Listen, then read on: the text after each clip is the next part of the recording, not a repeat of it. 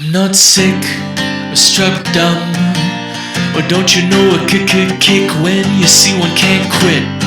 We're not done, we're gonna kick till the next one.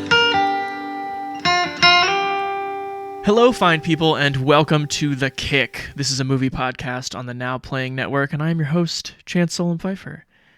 Apologies for the 15-month hiatus. Ironically, given today's movie, I've been waylaid from my cinematic mission by my wife and young son. Some would say totally worth it. But when the biggest commercial and critical movie of the year comes around all in one film, it's the perfect reason to get back behind the mic. This is a mini-series, emphasis on the mini, as I think there will probably be only one companion episode. But the movie before us today is anything but miniature. It is Christopher Nolan's The Odyssey, a pretty towering achievement from a filmmaker who now exclusively attempts to operate only in the realm of towering achievements. Homer's Odyssey is, one of the bedrock stories of Western civilization. An epic poem about a hero of the Trojan War taken the long way back to his island kingdom of Ithaca. That's where his wife Penelope and son Telemachus cling to the hope of Odysseus' return while facing the reality that Penelope may soon pick a rowdy new suitor.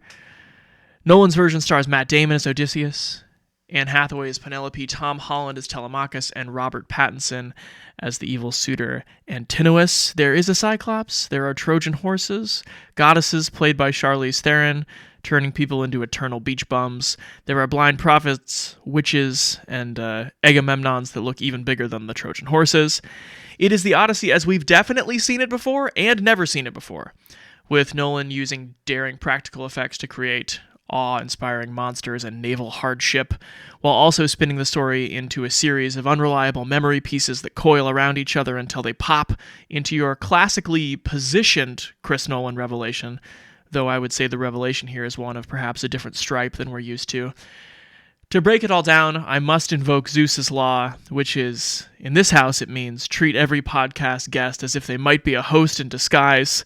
He is the founder and editor of Fools Who Dream and the co-president of the Portland Critics right now, Ben? Is that right? That is right, yeah. Terrific.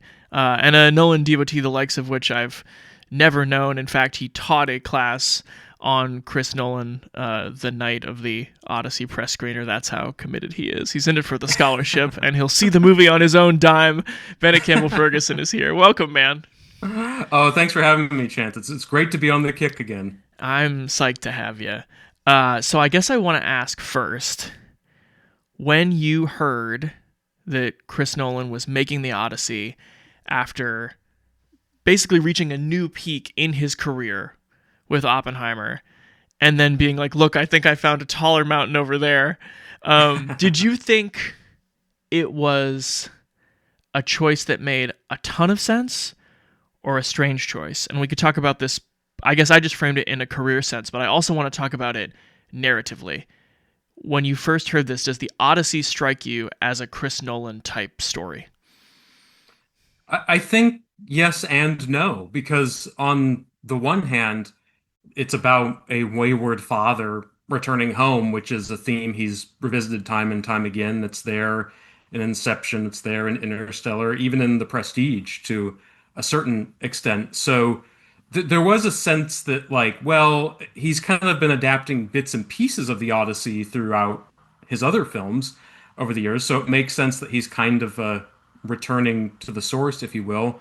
But it was also surprising in that he was going to be doing a fantasy movie. And it's funny how people talk about historical accuracy in the Odyssey as if it doesn't have a Cyclops and sirens, you know?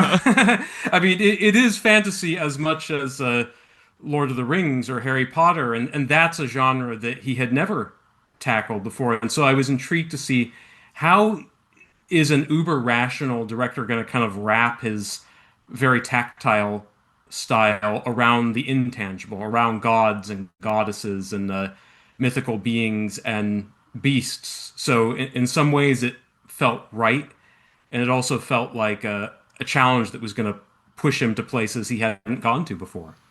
Maybe we can stay with that idea. In the movie we saw, how do you feel like he treated the fantasy elements? I think that he treated it in a way that it sort of make sense within his worldview, I think. Like there's some things like you can't get around that you're going to have them be openly fantastical. I mean, Cersei turning men into pigs. There is no like uber realistic way to do that. You know, Right. magic is going to enter into it. You can't around that, but he does it in a very kind of a tactile way where it's not like she waves a magic wand or something. It's almost more like she is re-sculpting these men. But then there are other things like the fact that Poseidon is not like a kind of being played by an actor, but rather a kind of unseen natural force, or the fact that one could argue, is Athena even really in this movie?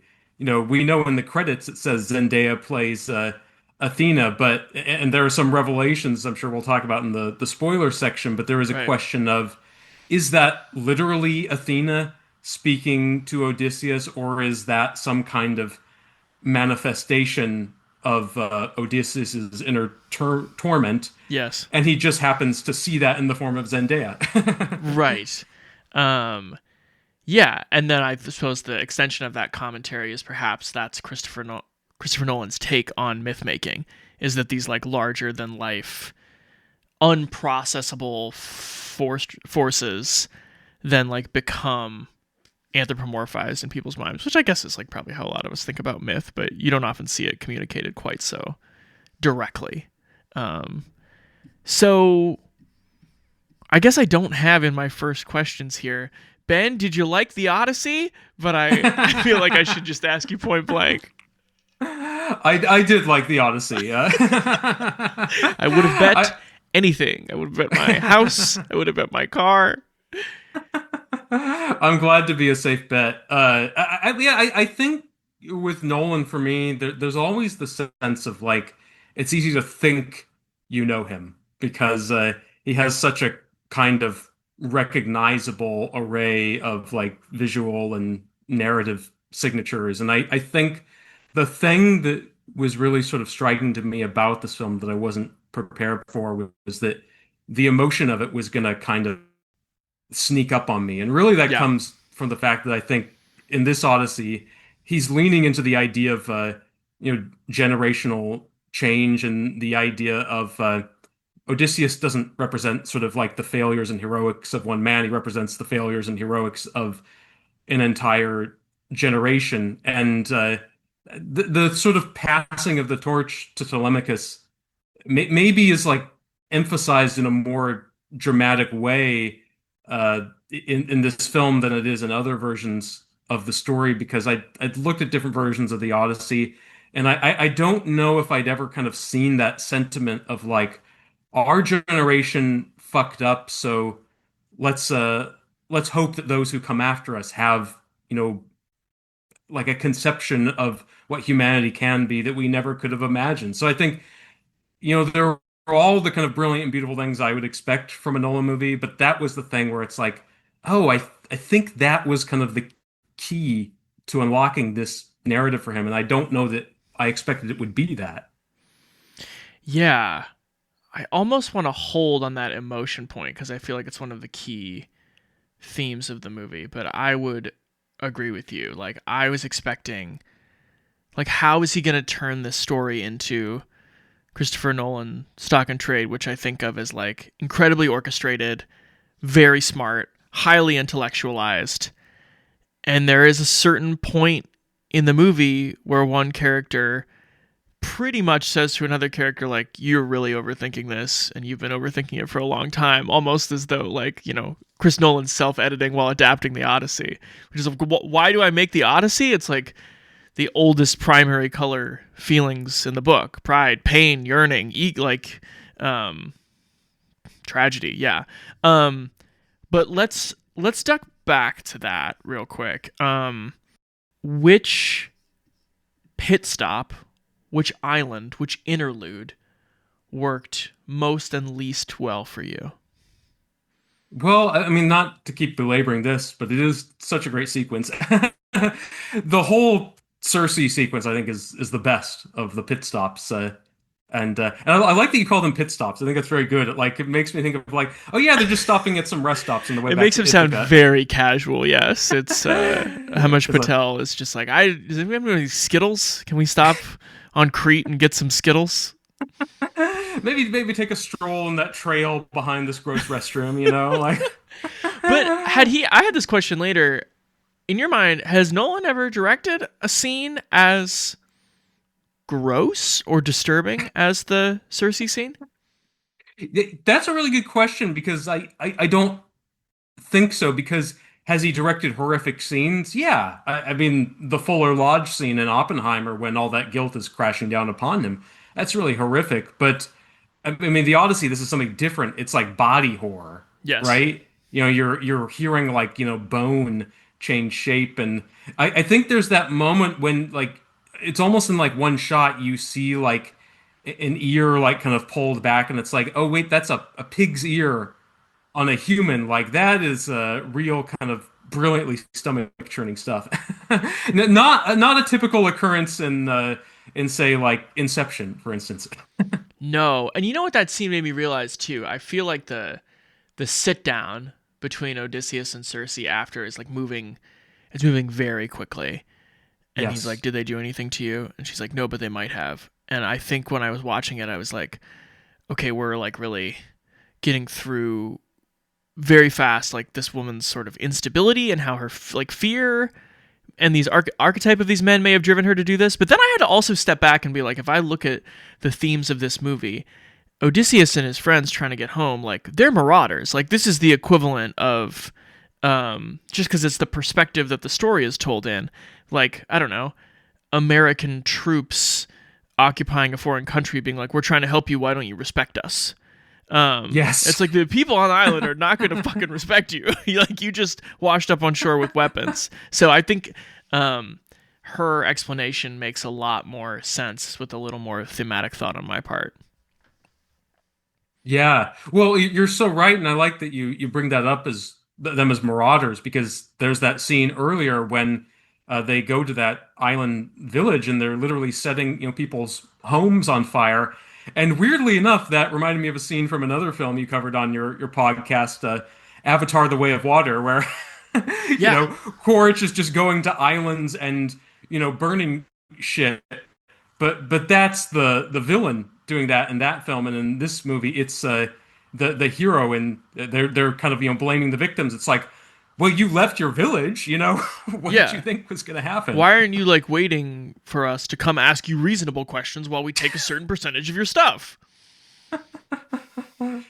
Was there an interlude that worked least well for you?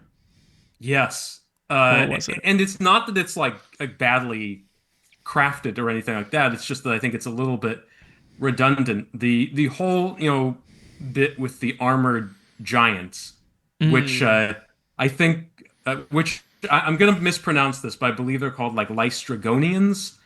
Um, sounds good to me. that oh good. I mean that to me it sort of thematically serves the same function as the battle with the Cyclops, except the battle with the Cyclops is more interesting, I think, because it more explicitly established Odysseus's guilt because he provokes the Cyclops. So it's like, well, you tussled with one giant, now here's a whole army of like, Yeah. really tall people to really hammer the point home. It's like, yeah, I get it. It's part of the story. It doesn't necessarily advance the story emotionally or thematically. That is a totally fair point because then they just go to the other side of the island and meet Cersei. Um, Yes. it looks awesome. Yeah, think. yeah, yeah. That was the In one. isolation, no problem with that. Yeah, I hear that. Yeah, I think that Lystragonians scene, in addition to the Cyclops, I really loved his visual take on action in this movie because he does some pretty Mm, counterintuitive things for where fantastical effects driven action is at today. I would expect if you're going to show these things, you're going to do it fast, you're going to do it dark, you're going to cut around a bunch of stuff. And he's using like really classical forced perspective He's slowing everything down. The talking in this movie is faster than the action scenes. And he really kind of insists in this way that harmonizes with the myth of it all, of these men are stupefied. Like the physics of the scene is kind of suspended because like they are in awe, and you as the audience are kind of like tilting up, like trying to see this. How tall is this thing? Oh my God. And you kind of can't move. And yeah, there's this sense of like being very overcome with just, I mean, I don't want to sell short what they did, but like it's pretty much forced perspective. It's like the oldest trick in the book, and it works amazingly. I'll go. My favorite is the Cyclops. I think that scene is just like incredibly directed of them getting caught. Oh yeah, in the cave, and I mean, he's just so good with sound, and the sound of the sheep, as they're just like going in a circle and circling the men. This is just it's a big movie for barnyard sounds, between the sheep in the cave, the pigs at dinner, and Apollo's cattle. It's like a real what was going on in ancient Greece. A lot of very loaded barnyard sounds. Best livestock in a Nolan movie. It's true. I'm willing to say it now. Also, I like the squealing of the pigs as they're trying to get in the through door. Cersei's door. Yeah, Yes. yeah. Really excellent. And then I think for least favorite, and this will lead in something I kind of want to like level a little more later, the siren scene where, you know, he lashes himself to the mast and is like, Yeah. the rest of you plug your ears so we don't die. But I want to hear this, or I deserve to hear this. It's like really narrated over. Like Matt Damon is like screaming his guts out, like while also explaining exactly what it felt like thematically to hear it. And I think that is going to touch on a theme of like, there's a couple things, especially in the second half on the way back, where I'm like, could we like let this breathe a little bit more? So that's it for me. What do you think of Damon? I know you are. I mean, you're a huge Bourne fan. You're a big Adjustment Bureau guy. I think I might be one of the few. Yeah. Yeah, I'm willing to let you wear that fedora / crown right now. I would say he's a very like sturdy, traditional protagonist here. I mean, like Odysseus is like the most traditional protagonist in some ways you can imagine. How do you work for you in this role? I think the thing that I liked most about his performance here, and I'm glad you bring up Bourne, because here is my hot take, Chance. Yeah. Odysseus is Jason Bourne. He's Please explain. Sort of filled with guilt. He has amnesia at one point in this film. Yeah. He's on a journey home, much like Bourne going back to America in the Bourne Ultimatum. I'm saying this a little bit in jest, but I actually think that there is an interesting kind of resonance in that Matt Damon is such a likable, charming, kind of a loose guy as an actor. Like loose in terms of like he's not a kind of like rigid Russell Crowe type figure. You know, he talks a little bit more like a real person. And I think, you know, if this was like Ridley Scott's Odyssey, you would have Russell Crowe, and it would be like sort of more, I don't know, maybe a little bit like larger than life, a little more theatrical. And you bring Matt Damon into it, and suddenly it's a different kind of movie. And that likability is going to kind of go head to head with, you know, this character's actions, which at times are really repugnant, but you know, it takes a very charming actor to kind of play guilt and grief and not lose the audience. So in some ways it's like very obvious casting. In some ways I think it's not super obvious casting, and the way those kind of things bump against each other, I think was kind of intriguing, and a big contrast with his last big, you know, costume drama was just a total scumbag beyond redemption. Oh, in Last Duel? Yeah. And Matt Damon also just like, I don't know if I've ever seen him overplay anything. And considering that even the Brits in this movie are using American accents, you can see a world where it would be kind of awkward for Matt Damon a pretty modern seeming sharp-edged Bostonian to be like talking about Zeus's law all the time. But he really puts nothing on it. He whenever he talks about the gods, whenever he talks about their mission, he does so like very matter-of-factly, which while you were saying some of that in jest, I do kind of agree. There are some Bourne similarities in the sense of like this man is in some ways just like a pure reduction of his skills, and he's now just like a compass pointing in one direction. And it's not a character who's like making a ton of active or emotional decisions that like come to the surface. So like that does harmonize with the Bourne of it all. Was there another performance you wanted to shout out, Ben? There's so many good ones, and maybe a few struggle buses for me in the movie, but let's do the good. One performance that I really liked and that really grew on me was Tom Holland, and I'm not the biggest Tom Holland fan, to be honest. And me neither.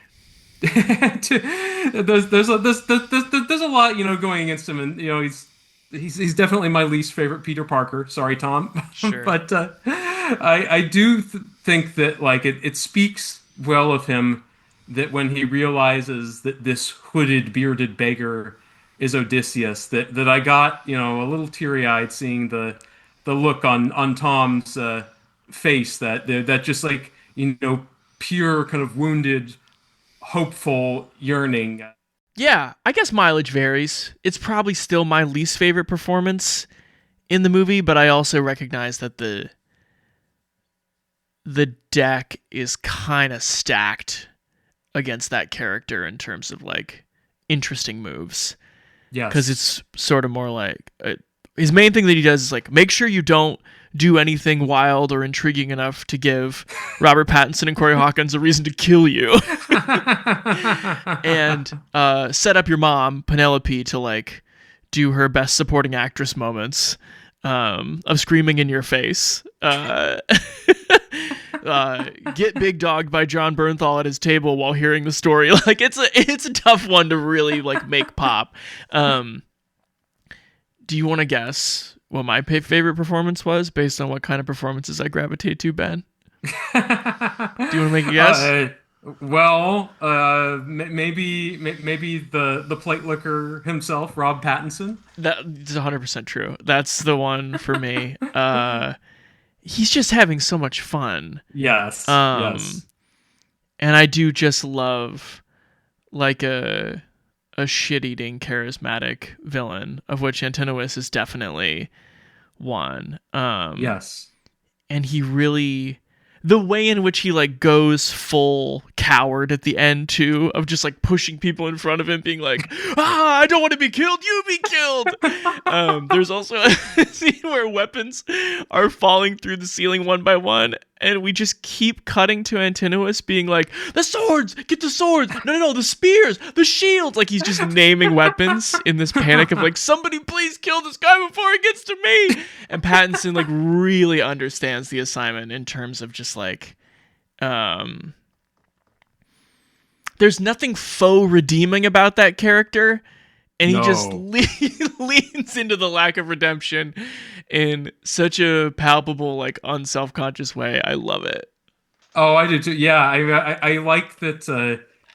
It's almost like watching sort of like this high school bully like realizing that he's like lost his power over the student body or something. Like the minute like Odysseus is taunting him and being like, my name is Sinon, and like and Antinous is like well, I don't know who that is,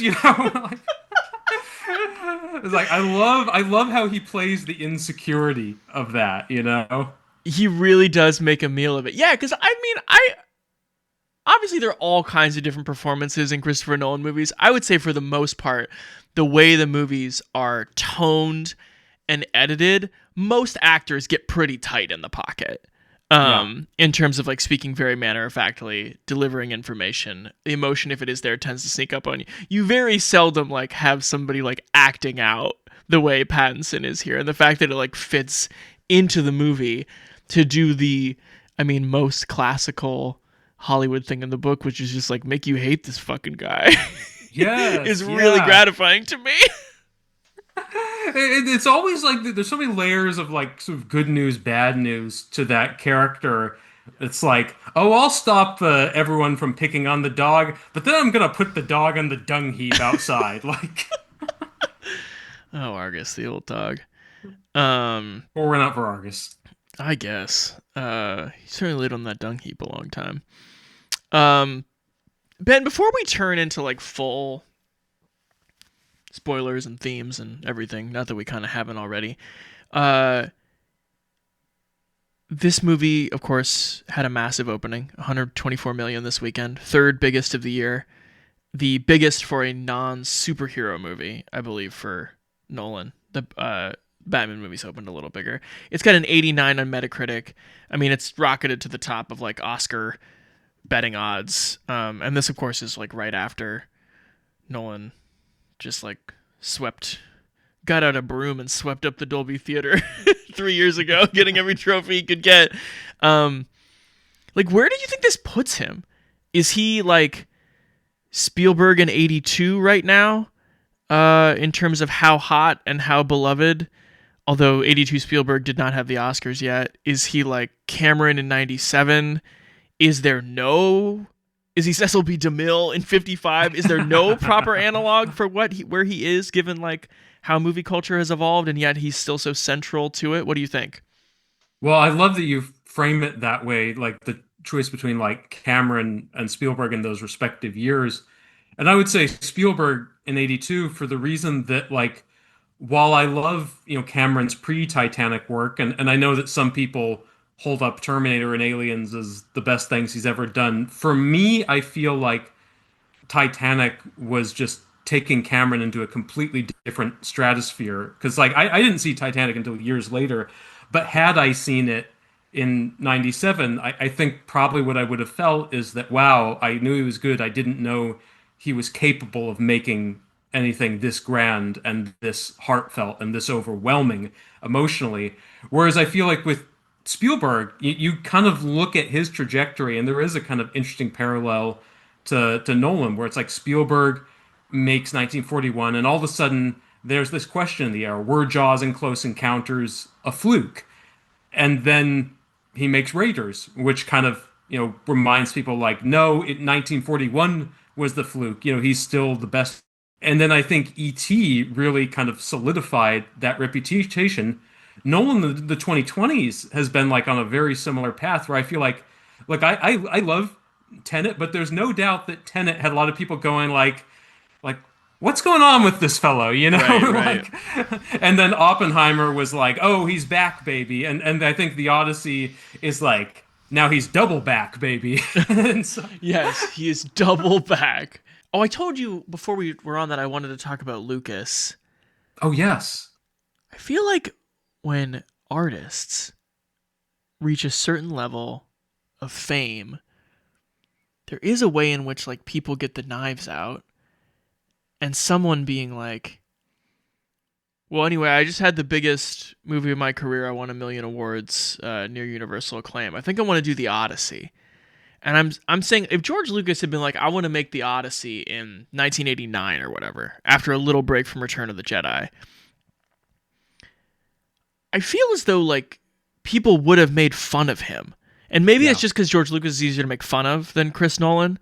But there's something about how Nolan, he like never winks, and his movies never wink, and they're not goofy, and he's just 100% committed to the bit, like even sometimes to be like kind of dry and boring in interviews. Totally true. And then to be like, I'm gonna make the Odyssey, and have the public response mostly be like, yeah, I bet you will, that sounds pretty good. And then to have it come out and people be like, yeah, anyway, this is about what I thought, it's pretty darn good. There's like, maybe you could argue that like there's a lack of dynamism or lack of weirdness that like makes it sort of boring to talk about, but like his poker face is so strong, and the poker face of his movies is so strong, and his like he clings so tight to a certain kind of professional polished earnestness that's like, it's really, no one even cares to try and like pierce the veil of whatever he's doing. And when he does something weird like Tenet, within 3 years, people come around and are just like, it was actually pretty awesome he made something that didn't make any sense.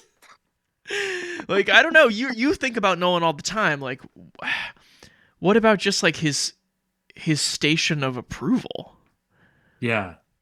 Yeah. It's interesting to think about it in those terms and to, think about it in comparison to someone like George Lucas. And I recently read the book The Last Kings of Hollywood, which I think is fantastic in the way that it sort of weaves together the stories of Lucas, Coppola, and Spielberg, and sort of, by noting the parallels and differences, tells all three of their stories in a way that I think they haven't been told before.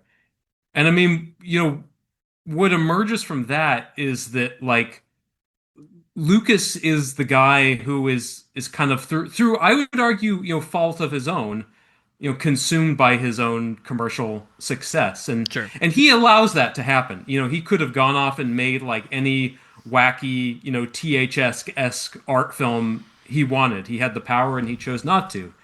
Then you have, Coppola, who, has high highs and low lows, and I think is ultimately kind of like lost in the sort of obstinance of my way or the highway, and kind of loses his connection to the audience because he's sort of making the movies for an audience of one, him. Which is not to say that obstinance doesn't still produce some great films, because it does, but I think it costs him dearly. And then there's Spielberg, who works consistently and challenges himself, and works in a variety of genres, and never loses that desire, I think, to be sort of a stadium entertainer who entertains people and connects with them emotionally. And I don't think Nolan has ever lost that desire as well. He makes a movie every 3 years, like clockwork. He stays in the zeitgeist. He pursues incredibly sort of idiosyncratic movies that I think are very true to kind of like his unique worldview and upbringing, and could only come from him. But that there's still that showman instinct. There's still that Spielberg instinct. I mean, the fact that like you have a guy who at the end says it's Odysseus and immediately gets shot in the throat, like that's a guy who wants the audience to have a ball and isn't just kind of in a sort of hall of mirrors of his own obsessions. Can I make you defend this movie a little bit? Please, by all means. I think that the Odyssey, I think Odysseus and I think the Odyssey kind of lose their minds after the Tiresias prophecy. So you've got like the first set of island adventures, right? You've got Cyclops, you've got Circe, you have the giant knights, who I already forgot the name of. It starts with an L. Oh, the Lystragonians. Excellent. And then they sail into Hades, which I believe is a black sand beach of Iceland. It looks stunning. It's an amazing sequence. The prophet Tiresias tells him about like, the perils ahead, that only he will make it home, his crew won't make it home. There'll be the whirlpool, there'll be the sirens, they'll have to decide. They could go this way, but this monster will get 6 of them. And the movie also rapidly picks up speed there, because it's pointing its finger at the fact, like, this is fated storytelling. And if you know anything about the Odyssey, you know that, like, all of this stuff just kind of has to happen before he can get home. But there's a way in which then, like, a lot of these iconic things, the whirlpool, the sirens, become these sort of, like, trolley problems of, like, if we do this, maybe we lose this many. It becomes, like, very analytical and given. And you're also then hearing the narrator changes, right? You're now hearing Odysseus narrating that section of the story back to Calypso, right? She's like, what do you remember? And what happens for me in that portion, I'm not like, the scenes are not really breathing anymore. I'm not getting to luxuriate or find my own feelings in Matt Damon's like really big acting choice upon hearing the sirens. And even in the Calypso scene, which is 7 years of Odysseus and Calypso, played by Charlize Theron, on the beach, eating the lotus flower to keep him there. I think in the poem we're combining Calypso and the Lotus Eaters here. But it's like mostly exposition, I would say. Calypso is kind of like, yeah, I thought we could be happy here, and then I sort of was watching you while you slept, and there are not scenes where you see like how they could be happy and what they might have and like what might be appealing about staying there. Now Charlize Theron and a Greek island makes it pretty appealing about staying there, but like that's shorthand for what's nice about hanging out with Calypso. And I don't know if you felt that at all or if you were like totally on the wavelength, but basically until we get home and there's the fucking Unforgiven ass slaughter ending that's just so well directed and so satisfying. I almost felt like the movie could use another hour, which is crazy to say about a 3-hour movie. So I could experience some more vignettes without being told how to feel about them as we moved through them super fast. Parts of it I reacted to differently, and parts of it I reacted to in a very similar way. I mean, I think with the sirens, like I get what he's doing, because I was wondering how he was going to play even the concept of the sirens, and I think it was a really actually very clever choice to not even see their faces, have them be in the distance, and for us to not even hear the song. Like the idea that the song is sort of so overpowering that there's almost no way you could do it on screen that would sort of live up to the myth, that like it almost makes it like more mysterious to have it like told to us in retrospect, and like you go like wow, it must be really terrible and beautiful if it's sort of beyond words. Like it's like it's like the novel in Finding Forrester. Like they get ready to read the lost pages at the end, and the music just swells up. Like you don't get to hear it; it's too much. Another Matt Damon movie, if I'm not mistaken. Is he in Finding Forrester? Doesn't he have a cameo in it, or am I? You're totally right, because right after Good Will Hunting, yeah. Jeepers. Anyway, keep going.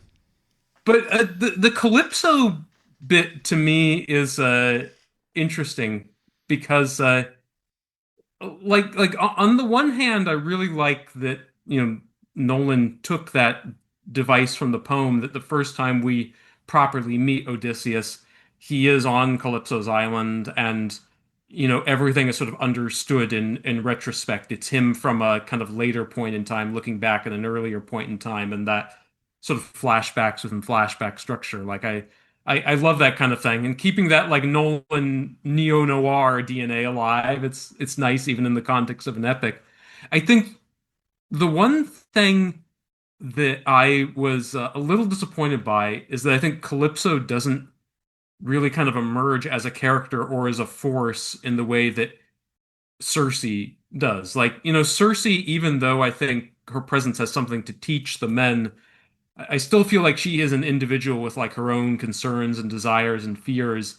And I feel like Calypso sort of almost like comes across as a kind of like Alden Ehrenreich's character in Oppenheimer, like the character who only exists to ask a more significant character questions and thereby clarify things for the audience. But with Alden Ehrenreich, it worked better because he was given like such like kind of like meaty melodramatic scenes with Robert Downey Jr.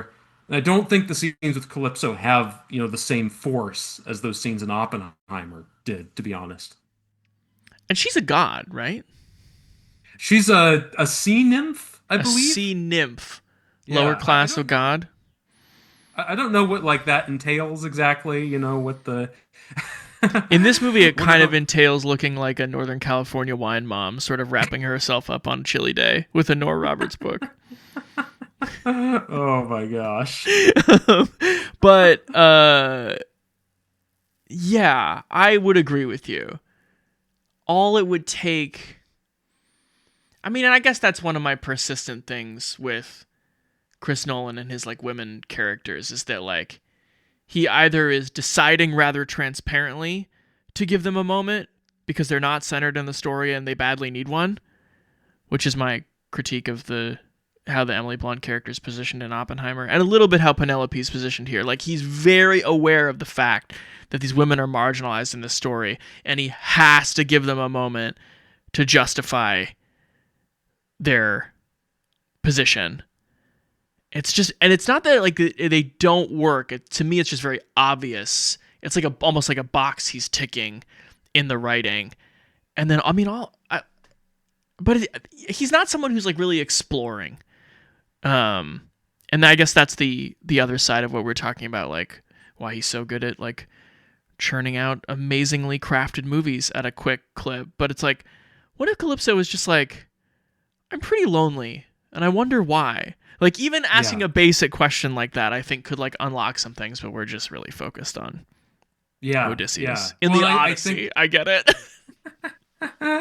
No, totally. And I think like Charlize Theron, like if a performance of hers doesn't really pop, it's she's one of the best there is to ever do it. So, and it can never be like on her. It's, you know, for want of I think kind of richer material. Although it's interesting you bring up like those moments where like kind of like self-consciously giving like the women in the films their big moments, like you know whether that's like kind of a gesture or not. The strange thing is those are often like the moments in the movies like I remember the most. Like I think like what is Interstellar without Anne Hathaway saying love is the one thing we're capable of perceiving that transcends dimensions of space and time? Like that is the movie's manifesto, and I think that's why, you know, he keeps working with her, that she can, you know, deliver those moments that are sort of the essence of the film in a way. Just like in this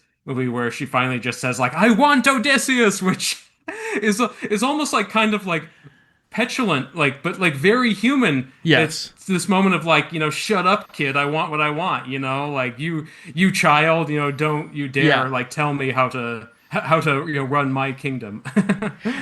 And don't get me wrong, it's better than the way like the wife characters are positioned in like, I don't know, in JFK and the Untouchables. Like just your class, like he's really trying to be like, this person is a person. They're not just a wife, but he's just like, it's really hard when the story is like over here. Yes. I alluded to this in the intro. The twist of the movie is kind of an anti-twist. It's more of just the thing where all of the memory pieces come together. The why has it taken so long to get home? The what is the true cause of all this? It's just that like war is hell. It's the sacking of Troy and how utterly brutal it was. And it's sort of a twist in the sense of like you don't think about that part of the story. You think about the Odysseus's cunning gambit to get the horse and the walls in the first place. But yeah, what did you make of the fact that he did all of his narrative handiwork to kind of arrive at like a pretty like thudding piece of like you might have forgot, guys, instead of how did that work for you as a turnkey to the movie, I guess is the question. You know, in some ways I think that this might be sort of, if not, I think the most successful part of the movie. The most successful part that I think is so kind of, you know, you can say like, oh, that is a Nolan thing. That's what makes this Nolan's Odyssey and not anyone else's Odyssey, because it's so, I think, like well laid out. Because you think about it, like we deal with the Trojan horse really 3 times. It's almost like a 3-act structure within the larger 3-act structure. God, he loves threes. Yes. Land, sea, air, you know. The 3 acts of the Prestige. The 3, yeah. The Pledge, the Turn, the Prestige.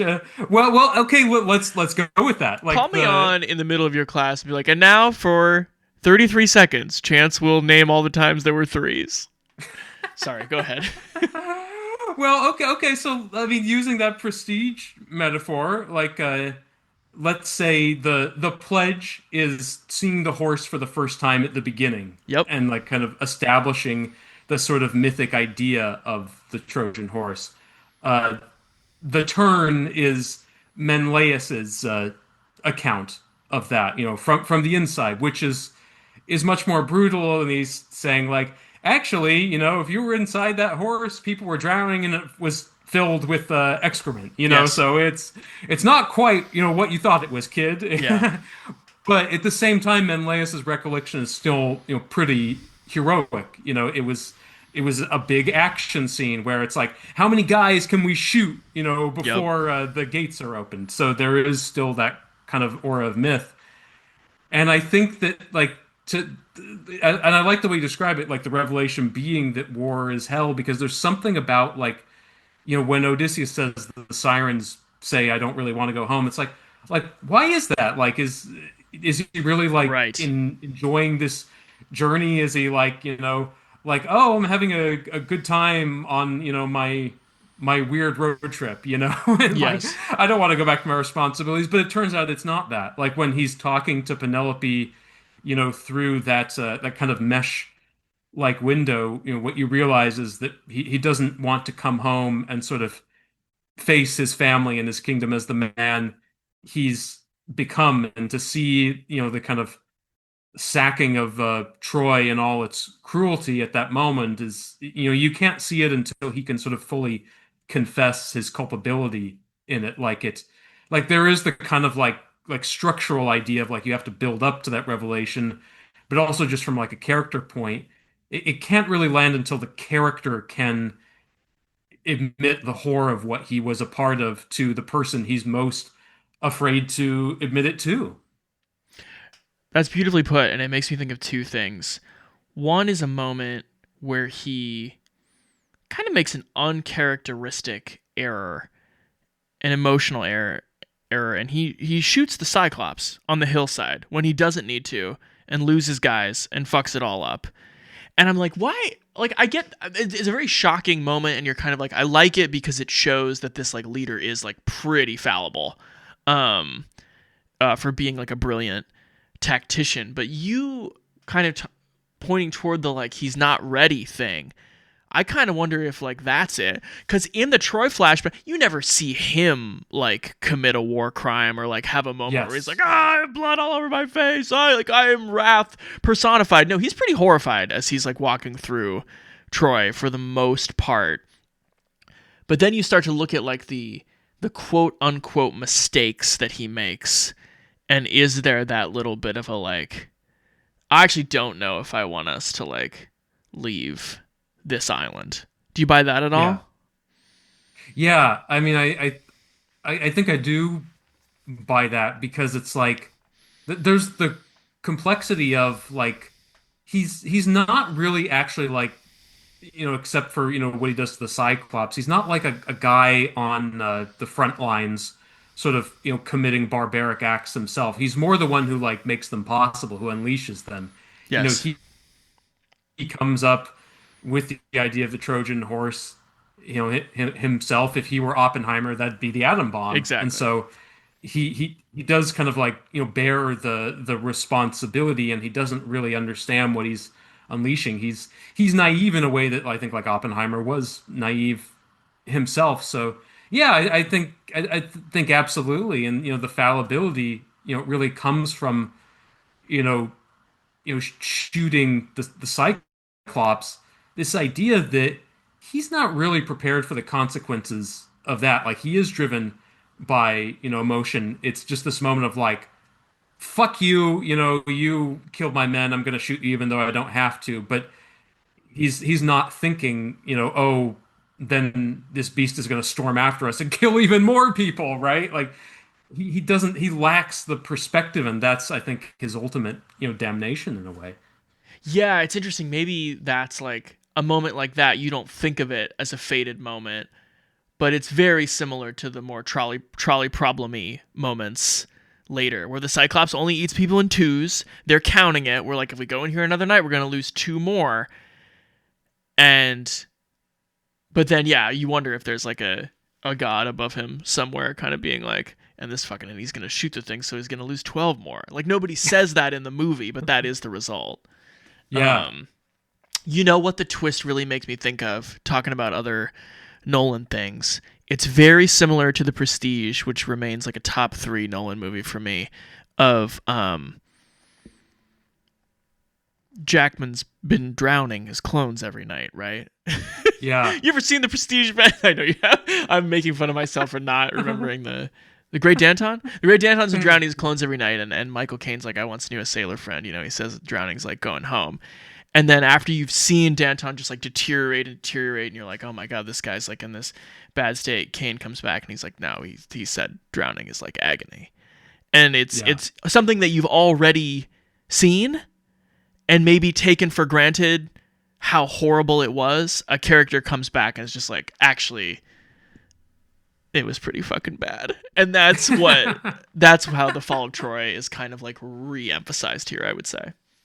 Yeah, and like it's all about the stories people tell themselves and tell others. Right. Michael Caine at the beginning of the film tells Hugh Jackman drowning is like going home because he thinks that'll comfort him because his wife drowned, right? But Hugh Jackman embraces that frankly very kind of obvious lie to make himself feel better about the drowning and cloning that you mentioned. I'm all about the drowning and cloning, dude. I'm running long here, but can we do best shot, best sound? Absolutely, yeah. What do you got? Oh, well, best sound, I think, has got to be the plucked string every time Odysseus plucks his bow, which harmonizes perfectly with a note in the score, does it not? In the Göransson score? Yeah, exactly. Yeah, it's amazing. Exactly, yeah. It took me back to like the musical air raid sirens in Dunkirk and that classic Nolan thing of like blurring sound and music I think there's something that powerful that happens when you can't distinguish the two. So that would be my pick for sound. Yeah. Wow, that's a perfect choice. How about best shot? I mean, do you want me to spoil the last shot of the film? Because that would be my pick. Well, it's the last shot of the film. It's the image of the Trojan horse burning, which actually reminds me of the Spitfire burning in Dunkirk. A lot of Dunkirkisms here, but totally. There's something about like Nolan and elemental images, like starting with the horse submerged in water, ending with the horse being consumed by fire. So like and just in terms of like a critical feeling, that's cool. But then also in terms of like what the movie's essential being is that it's a movie about sort of the end of one dark era and possibly the beginning of another more hopeful era, and talking about the end of the film, the mistakes of the past, and the mistakes of the past hopefully being one day forgotten. I mean, that's the perfect visual metaphor, this symbol of war kind of burning to ash. So that was another moment like that I got a little choked up on, like, oh my God, the horse, it's burning. It means so much, Right. Silly questions, Ben. Should Rob Pattinson be allowed to say plate liquor that way? It really sounds like a slur when he says it. He's really going hard on the consonants, isn't he? Like plate liquor, I think that's why it sounds so bad. Yeah. I think what a grammatical analysis of slurs might find that the consonants are like where the real trouble is. Yeah. It's he's a very nasty character. He really is. This is a movie in weeks and months before it came out, beset by some of the dumbest controversies in the history of pre-release controversies, including Kevin Sorbo being like, that doesn't look like Grease at all, and then people on Twitter being like, have you ever seen the visual depictions of Grease from Legends of Hercules, Kevin Sorbo? This looks like a park behind in a suburban neighborhood. But yeah, pretty bad in terms of people being like, no, we want to hear the real translations of the epic poem. It's like, no, you don't. And what you don't know anything even about what that would sound like. Transphobes being pissed that Elliot Page has a job and a good role in a movie. People being mad about people of color, Lupita and Zendaya having parts. So I'll fuck all those people. I was just curious if you wanted to invent on the fly any more dumb controversies for the Odyssey. You got anything that people can be fake mad about? Yeah, I don't know, maybe like PETA could get mad that this movie is poor representation for sheep. I think that's a good And, one. I was and gonna they don't say, think any sheep would agree to be in a Cyclops' flock, because sheep are much smarter than that. that's really true. I was gonna say it stigmatizes 10-foot tall babies. Um, that's a tough one, a tough break. Oh my I was God. thinking that this was a funny one, but then I was like, oh no, I bet this is actually true. Being mad that it like doesn't fully like show the power and muscles of Zeus. That we don't get those literal god representations. But I bet actually there is someone out there being like, this should have been more like Clash of the Titans or like the God of War video game kind of thing. I bet that actually is a corner of the internet. They want Sam Worthington as Odysseus, I'm sure. Yeah, I think that could well be. Ben, can I take you to truth or trivia? Please, yeah, yeah. You know the game. You pick truth and try to answer honestly, or you pick trivia and have to deal with whatever I've composed for you. Okay, okay. I'm gonna pick truth, and then you can give me a trivia question after that. Hey, you don't know what I'll do. No, I typically typically empty the chamber on these. I'm really excited about our truth question today. If you were going to devise a Ben Campbell Ferguson specific task, a la Odysseus and his bow, that only you could do, lest a bunch of dudes like take everything you hold dear, what would you pick? You know what? I learned to play that Taylor Swift song, "The Man," on Oh, the sure. piano, Yeah. and I flatter myself. I think I'm, probably, you know, among a relatively small group of men who learned to play that song on the piano. So Very good. I think, yeah, yeah, yeah. I think I've got a certain flair with that. Can you name, Ben Ferguson, for the trivia, three other actors who have literally played Odysseus or have played a clear Odysseus analog Oh, that's a good one. Well, Ray Fiennes. in The Uh, Return? yeah. Which I want to see now. Have you seen that? No, I haven't. I wanted though. I'd like to. I assume it's Sh just the final act. I think so. Yeah. Okay. Oh, Sean Bean and Troy. In Troy, which blockhead that I am, I was gonna be like, why don't they ever adapt the Iliad? And I was like, Troy does try to adapt the Iliad, dummy. Like it's, we've seen it. It And was. Nolan almost directed Troy himself. Did he? Yeah, yeah, yeah. This probably worked out for the best. Which you would have made? Did he make Batman Begins instead? Yeah, I mean, I think there's some conflicting accounts Oh about like four, oh what five. happened, but apparently, like Wolfgang Peterson was going to do it, and then he left it to do Batman versus Superman. So Nolan came in, and then Peterson left Batman versus Superman and wanted Troy back, and so Nolan got Batman as like kind of a consolation prize from Warner's, which again, all for the best. Pretty good consolation prize. Oh, but you wanted one more I want one Odysseus. more. Can I cheat and say a Nolan character? Sure. I mean, it's got to be Cooper It's in got to be Interstellar, Coop. right? Yeah, yeah, yeah. He's an For sure. Odysseus type. That's right. And he really does make it home in a way. Yeah, yeah. And then he goes off again to find Anne Hathaway. So I mean, in a way, he is finding Penelope. There we go. We're all there. Where do you think, and I know you take this stuff very seriously, you've only seen it twice, you probably haven't had time to fully consult your Nolan rankings. Do you Yeah. have an initial feeling on where the Odyssey might slot in? Yeah, it's an interesting question. I mean, I think like when you have a filmmaker who is like so consistently good at what he does as Nolan is, it feels like you always kind of like end up damning them with faint praise Yeah. in rankings. Like Memento is honestly probably like in the bottom half of like my ranking of Nolan films, and that's one of my favorite movies. So Sure.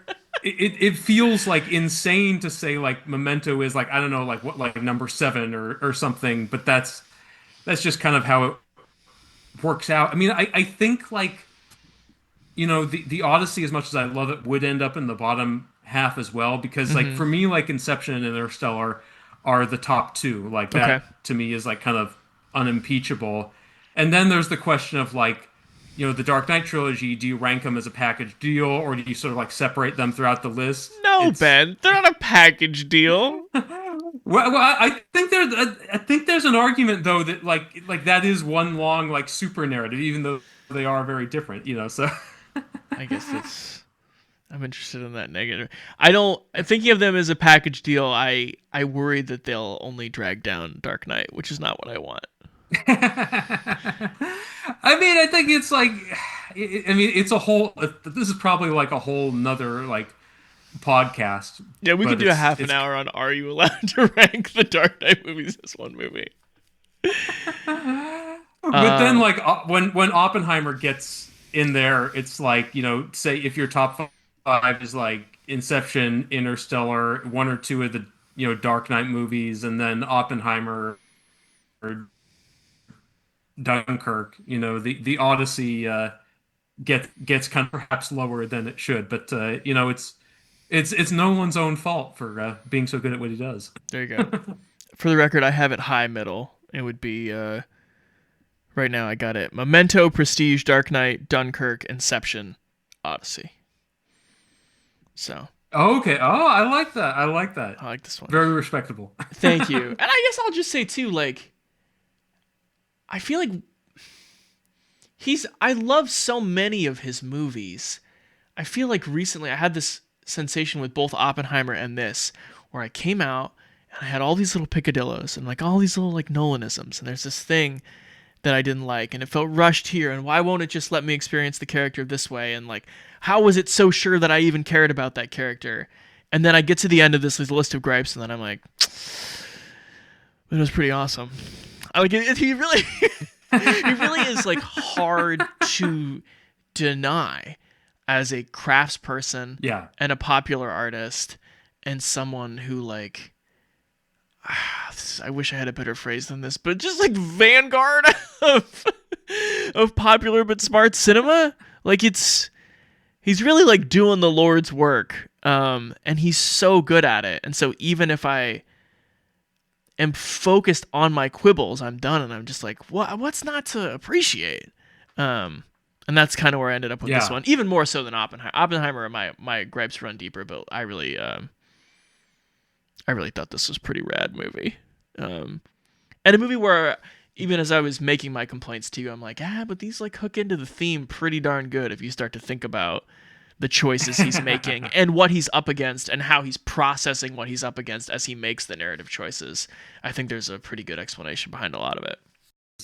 These nitpicks they like fade in light of like the overall achievement. Like Oppenheimer, it's interesting because like I actually think parts of that movie are paced way too fast, and I wish like that film breathed a bit more. Yeah. And yet, like I rank it higher than movies of his that have fewer blemishes because just the sheer might of Oppenheimer is so undeniable, basically. And it was kind of his like shot at a sort of mythic American film about a man trying to conquer the ground beneath his feet. So I Yeah. think I have that experience that you do too, where it's like, there are certainly always things that could be criticized, but there are even movies that I would describe as perfect, but I don't return to them as often as a Nolan film. Yeah, and it's just there's something about the craft too where I'm kind of like, even if that was rushed, I was like, but it was exciting. I was excited Yeah. the whole time. And our current film culture is awash with movies that are trying to be exciting, and I'm like, but you tried way too hard. I hated that. You thought I was gonna be exhilarated by that, but I was actually just like stressed out or annoyed, or I felt like you were forcing it on me. And like his editing partner, remind me, is it Jennifer Lane? Jennifer Lane, yeah. Jennifer, yeah. like the rhythmic thing that they have worked out together is just like astounding. Yes. Even when it fits kind of curiously, I have like no choice but to like try and keep up in a way that I find very exciting. She has, by the way, I think one of the hardest jobs in Hollywood. Oh my God. I can't even imagine. I mean, to think that, like, you know, like whatever movie she's doing, she basically has to edit multiple versions of the same scene from different perspectives. Yes. The fact that she was tasked with like making sense of the sheer madness of that whole Casey Affleck scene in Oppenheimer. Right. I mean, you know, damn right she won an Oscar for what she had to deal with. Really good. Really good. Well, Ben, thank you so much for talking today, man. There's really no one I would have rather chopped it up with about this movie. Your expertise shone through, and it was good to catch up. Absolutely. This was a joy. Thank you, Chance. You want to plug anything on the way out the door? Oh, well, my Odyssey review will probably be on foolswhodreammovies.com by the time you can hear this podcast. So yeah, keep an eye on that. And after that, I'm going to be continuing on with more Tom Holland and Zendaya. I'll be reviewing Spider-Man: Brand New Day. So we'll see how that works out. Heard of it. Well, thanks, man. We'll read all your stuff on foolswhodreammovies.com. That's the one. All right.